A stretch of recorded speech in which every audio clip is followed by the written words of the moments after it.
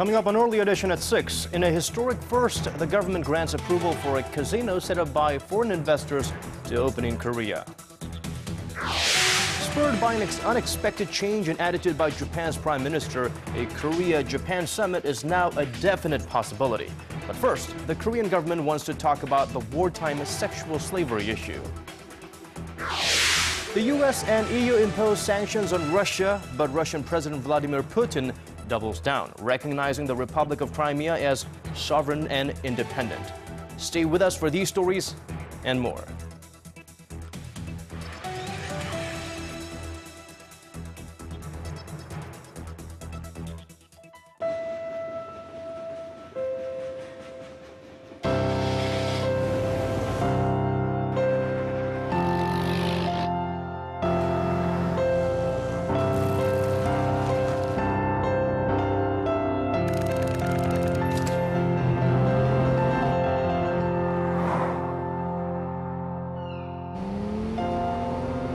당신의 유럽은 어디였나요?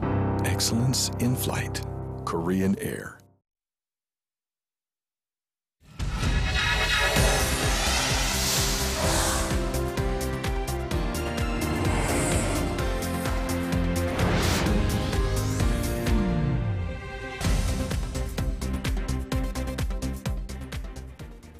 It is 5 a.m. in Washington, 11 in Crimea, and 6 on a Tuesday evening here in Seoul. Welcome to Early Edition at 6. I'm Moon Gon-young. And I'm Daniel Chan. Thank you for joining us. We begin with a positive note for a change today. Korea has opened its tightly controlled gambling market, giving approval to a $697 million investment plan by foreign investors to build the country's biggest casino town. The casino will be the first to be owned and operated by foreign investors in Korea, and the Korean government anticipates a boost in its tourism industry. Our Park Ji-won starts us off. The Ministry of Culture, Sports and Tourism said at a press briefing Tuesday that it has granted approval to the Indonesian-Chinese enterprise Lippo Group and U.S.-based Caesars Entertainment to open the casino, which will be for foreigners only. The casino will be located some 50 kilometers west of Seoul on Yeongjong-do Island, which is part of the Incheon Free Economic Zone and the location of Incheon International Airport. The approval is for the first phase of the consortium's plan to develop a high-end resort. Phase 1 will see construction of 2 hotels, serviced residences, and a convention center for an estimated cost of roughly $700 million, and completion is expected in 2018. The entire development is expected to cost over $2 billion and will be completed by 2023.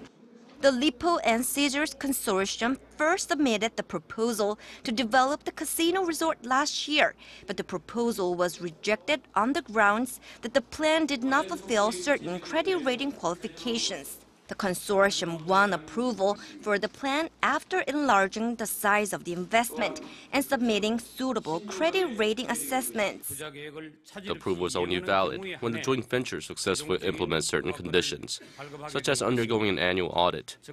This decision was made after a thorough evaluation by related ministries, with the goal of boosting the nation's tourism industry.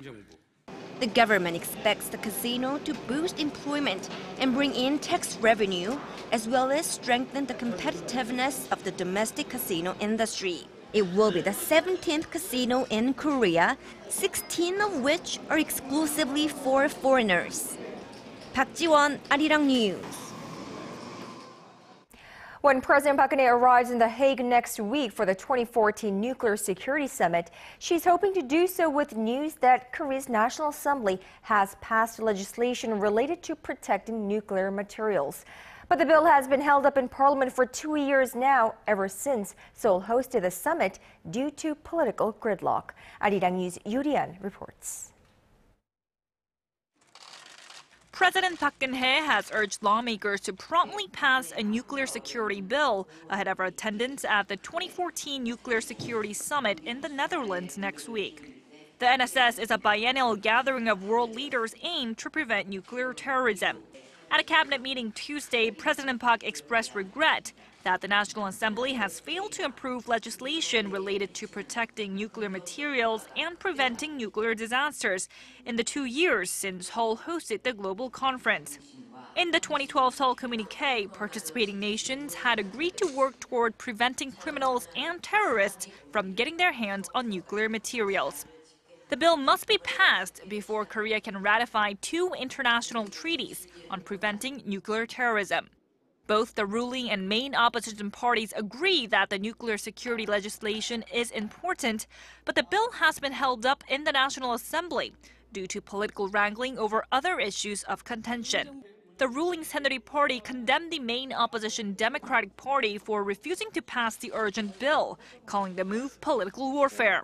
It has asked that an extraordinary session of the National Assembly be convened on Thursday, but without the DP's cooperation, the bill is unlikely to pass. The DP says the Saenuri Party is to blame for the impasse because it has refused to pass bills related to the public's livelihood. Yurian, Arirang News. We now move on to the latest on the Crimea crisis. The West continues to push for greater sanctions on Moscow over its intervention in the region, but Russian President Vladimir Putin remains defiant. Our Connie Lee reports. Russian President Vladimir Putin has taken another step toward annexing Crimea. On Tuesday morning, he formally notified his parliament of Crimea's request to join Russia. This comes after President Putin signed a decree on Monday to recognize the Republic of Crimea as sovereign and independent. The executive order came just hours after the European Union and the U.S. imposed sanctions and asset freezes against Russian and Ukrainian officials. We are imposing sanctions on specific individuals responsible for undermining the sovereignty, territorial integrity, and government of Ukraine. The sanctions, which include travel bans, were in retaliation for Sunday's referendum vote in Crimea, which was deemed illegal by Western leaders. In the referendum, an overwhelming majority approved of leaving Ukraine and joining Russia. The results brought joy to Russians, not only in Crimea, but also in Moscow. It's legal. I support Putin. I'm for reuniting Russian borders and the reunion of the Russian people. Up to 60% of the residents in Crimea are Russian, but ethnic Tatars, who make up more than 10% of Crimea's population, are concerned about inter-ethnic conflict. Of course we're afraid, but what can we do? Certainly not run away anywhere. No, we don't have that on our minds. I can't even think about it. The Crimean parliament has declared all Ukrainian state property on the peninsula as property of the Crimean Republic. Meanwhile, in Ukraine, its parliament has approved the mobilization of up to 40,000 troops to counter Russian interference in the country. Connie Lee, Arirang News. Not so fast. While the leaders of Korea and Japan appear to be inching closer toward a long-delayed bilateral summit, South Korea's foreign ministry said Japan must first show sincerity over the so-called comfort women issue. Arirang News Foreign Affairs correspondent Hwang Sung-hee has the details.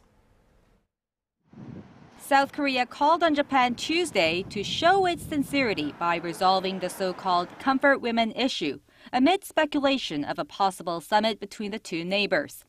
This follows Japanese Prime Minister Shinzo Abe's recent declaration that his government would honor Japan's landmark apology, dubbed the Kono Statement, issued in 1993 to the victims of its wartime sexual enslavement.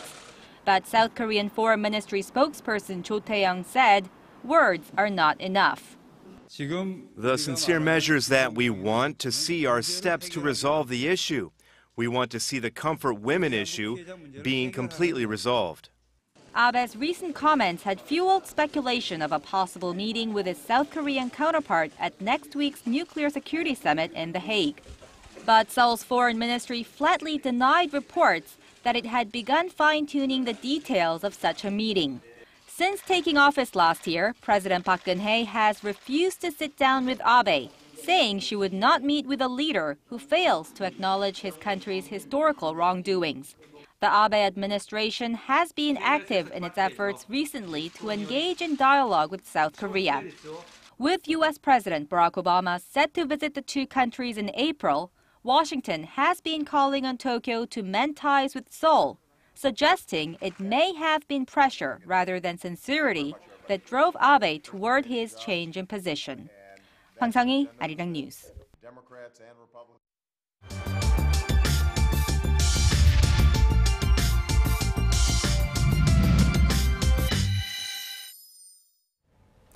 We saw it in the case of Crimea in its vote to break away from Ukraine, and it plays a large role in Northeast Asia as well. It's nationalism. Now, since the end of the 20th century, Northeast Asia has emerged as a central force in the globalization of the world. But the specter of rising nationalism in the area now threatens to undo the gains that global interdependence has brought to the region and to the world. For an in-depth analysis, we are joined live in the studio by Dr. Tom Gilliam, a senior research fellow at the Center for International Area Studies at Hankuk University of Foreign Studies. Dr. Jung, welcome to the program. Nice to be here. Now, China, Japan, Korea, they are the second, third, and 12th largest economies, respectively. Now, they are significant global economic powers, and each have thrived by embracing economic globalization, if you will. And considering the era that we live in right now, why is there this rise of nationalism in this region? As we can find in the case of Crimean crisis, well, not only in Northeast Asia, but also in other areas of the world, the nationalism expands its influence. Though we live in the globalized world, it does not guarantee the peaceful world. Some says that the world is flat, but others argue that the world is uneven. And the latter emphasize the importance of nationalism, and ironically, the more the world becomes globalized, the wider the nationalism expands its influence. When it comes to Northeast Asia, the origins of nationalism can be explained with the two viewpoints. One is Chinese-driven nationalism. Well, existing studies show that when the per capita income of a state reaches around $5,000 to $7,000, the sense of nationalism reaches the highest point, and China is at the point. And another thing is that Chinese government intentionally encourages nationalist sentiment as a way of unifying the big country and securing the stability.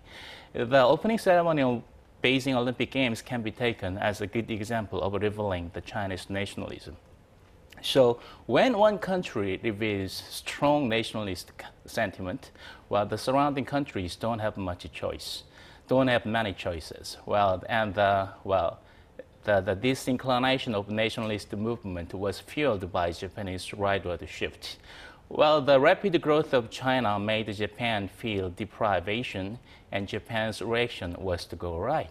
And when Japan and China reveal strong sentiment of nationalism, Korea has no way but to respond in the same manner. So in a sense, the important actors of Northeast Asia are situated in a kind of infinite loop, and this can be stopped only when the political leaders of three countries meet together and talk about sincerely regarding how to solve the problem and to improve the cooperation. We all know how difficult that could be. If only they knew the very simple fact that we have 2 ears and 1 mouth and we should listen more, as our anatomy suggests. Well, hopefully we'll have that soon. Well, territorial disputes and, of course, historical differences. Those are some of the byproducts of nationalism. What would you say is the most pressing problem rising from this issue? Well, the problems in Northeast Asia is closely connected. And when it comes to the perceptions on history and the territorial issue and competing nationalist sentiment are interconnected. So it is not available to solve the problem separately and solely. So, well, it's not possible to point out what is more important among them. Well, they're all big problems. Yeah. But is there possibly some type of a fundamental resolution to all these problems? The only answer is cooperation. The theories of international relations, well, the so-called liberalists, well, assume the cooperation and the anarchy. And so though there is no central authority in the world politics, and also there is no arbiter in Northeast Asia, the three countries all know that they should cooperate, not for the sake of others, but for the sake of themselves. So neoliberalists proposed the creation of international regime as a way of improving the cooperation. So as I pointed out, this is the time that the three countries should meet together and talk about seriously about the future. Now, of course, they should do that, but as of now, there are concerns that thorny relations between these three countries could derail their concerted efforts to, against North Korea's rising nuclear threats. Now, is that a legitimate concern? I don't think so. Well, nobody can exactly expect what's going to happen in the future, but what I can say clearly is that though there is a possibility of breaking up the existing cooperation system, I don't think that it will break up easily. We should remember there is another important actor.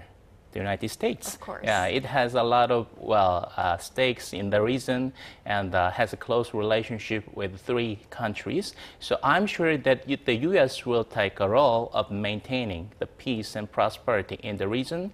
And especially the cases of North Korean nuclear weapons, well, the U.S. has a big stake regarding that. So they will help, in some ways. And we witnessed that the U.S. pressed Japan several times when Japan went too far, and Japan didn't go against U.S. recommend in most cases. Mm-hmm. So in this vein, I can say that the existing cooperation system will not break easily in the near future. Well, Prime Minister Shinzo Abe is pointing out that for Japan to be a complete or a normal country, they need to have their own full-fledged military rather than a self-defense force. Can this goal coexist with the peace and prosperity in Northeast Asia? Could this actually leave more of a dent in the building relationship between the neighboring countries? Well, it depends on the situation, but what I can say clearly is that, not all Japanese citizens agree with what Prime Minister Abe is pursuing. I believe that there is a lot more Japanese citizens with common sense than those who are obsessed with the right of the shift and nationalist sentiment. But one thing worried is that more and more Japanese people began to reveal quite sympathetic feelings on what the so-called right wings deliver. So what we should do now is to make a kind of transnational alliance with the Japanese citizens who value the peace and co-prosperity of the humankind and who value the humanitarianism. And also at the same time, while calling the attention of international society to the policies pursued by Japanese government is also needed. So with these two different efforts, one from Japanese side and the other from the international society, we can press the Japanese government to turn their, provocative and out-of-date policies into more peaceful and cooperative ones. Well, hopefully we will see that Japan taking those actions very soon. Dr. Tom Gilliam, Senior Research Fellow at the Center for International Area Studies at Hankuk University of Foreign Studies, thank you so much for speaking with us this evening. We appreciate it. Thank you for having me on.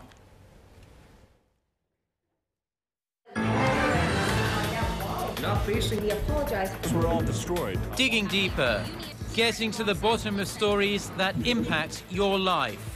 Talking with you on air and online, connecting you with experts on the world's most pressing issues.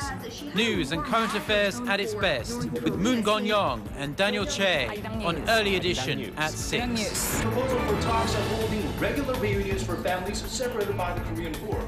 Their reason.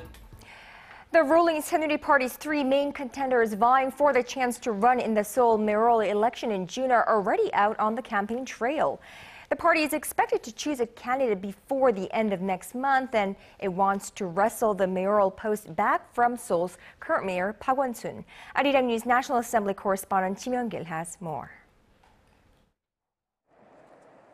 The Saenuri Party has three competitive candidates vying to become the party's sole mayoral candidate. Tycoon-turned-politician Chung Mong-jun, former Prime Minister Kim Hwang-sik, and Supreme Council member Lee Hae-hun. Seven-term lawmaker Chung paid a visit to the Noryangjin Fish Market in Seoul early Tuesday in a bid to win the hearts of everyday citizens. The Noryangjin Fisheries Market is a symbol of Seoul.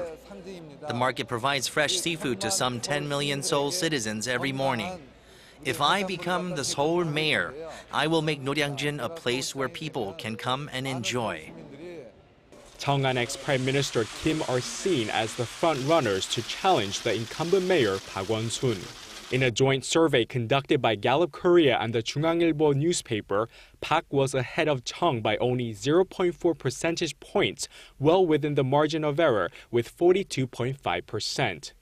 Kim trails Park 34.3% to 47%. 66-year-old Kim, who served as prime minister under former President Lee Myung-bak, has vowed to make Seoul a vibrant city. He snapped at the recent merger of the main opposition Democratic Party and independent lawmaker An Chol-soo's political group. The term new politics has been sullied by the main opposition bloc, which champions the breaking of old political practices. I think it's better to use the term upstanding politics. Former two-term lawmaker Lee Hae-hoon also laid out her vision for Seoul. Citizens want Seoul to become an economically vibrant city again. I will do that by making the capital a financial, medical, and tourist hub. I will also create more jobs and stabilize the real estate market. It's widely thought any three of the Saenuri candidates would, if they won, use the 4-year mayoral term as a springboard to run in the 2017 presidential race. The ruling Saenuri party is expected to pick a single candidate to take on incumbent Park Won-sun by April 25th. Seoul citizens will have to wait until June 4th to decide whether they want more of the same or a new face in City Hall. Kim Yeong-gil, Arirang News. Demand for Korean automobiles in the European market is picking up. For the first time in 4 months, the market share of autos produced by Hyundai Motor and its affiliate Kia Motors in Europe topped 6% in February. That's according to the European Automobile Manufacturers Association, which said Korea's top 2 automakers sold 890 new cars on the continent last month, up 7.6% on year. Total sales in the first 2 months of this year also grew over 6% compared to the same period last year. Volkswagen topped the market share in Europe at over 24%. And Korea has taken another step toward developing its first completely homegrown rocket, slated for completion in 6 years. Korea's space agency and the Science Ministry announced Tuesday that ground combustion tests for what will be the 3rd stage engine of its indigenous space launch vehicle were conducted successfully at a newly built test facility at the Naro Space Center in Goheung, Jeollanam-do Province. The 7-ton thrust engine passed 5 separate combustion tests designed to check both the fuel injection system and engine stability. Korea became the 13th country to launch a space rocket from its own soil in January last year when it launched the Naro rocket, whose first stage was built by Russian scientists. 2 cargo ships collided right outside of Tokyo Bay in the wee hours of the morning on this Tuesday. The Panama flag Beagle 3 collided with Korea's Pegasus Prime, causing it to sink. Now, 8 of the Beagle 3's 20 crew members, all of whom are Chinese, are still missing. All crew members of the Pegasus Prime are accounted for. Chinese embassy reports said 10 ships and a helicopter were deployed for search and rescue operations. Japan's Transportation Safety Board has dispatched 5 investigators to look into the cause of the accident. On a different note, it is official. The superhero team known as the Avengers is coming to Seoul. Marvel Productions and the city of Seoul signed an agreement on this Tuesday outlining the shooting schedule for Avengers: Age of Ultron in the Korean capital. Filming is scheduled for March 30th through April 14th, and a good portion of it will take place in the heart of Seoul's Gangnam-gu district, but will also extend to other parts of the capital. Now, the city is already coming up with measures to cope with inconveniences to the public, as areas will have to be shut down for several hours during shooting. Korean model turned actress Soo-hyun has been added to the cast of the blockbuster sequel as a scientist who helps protagonist Tony Stark, portrayed by Robert Downey Jr.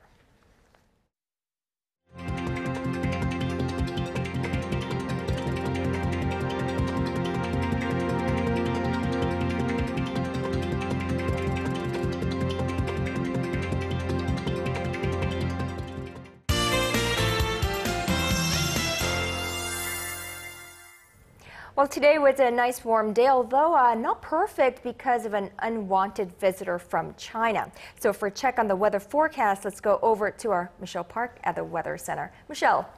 Good evening, guys. And you're right, the weather itself was nice, but yellow dust in the atmosphere made it a little less nice. Okay, Michelle, so how high were the levels and how long will it last?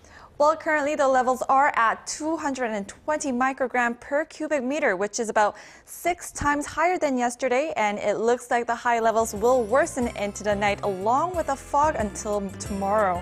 So I suggest everyone to stay indoors if possible or wear a mask if you're heading outside. Now going over to Wednesday's conditions, we're expecting cloudy skies throughout the nation. Seoul tops out at 6 degrees in the morning and getting up to 14 in the afternoon. Meanwhile, the southern cities such as Daegu and Busan will peak up to 15 and 12 degrees. Now moving over to other regions, Jeju Island is expecting 15 degrees. Dokdo makes it up to 7, while Mount Hunggang tops at 2.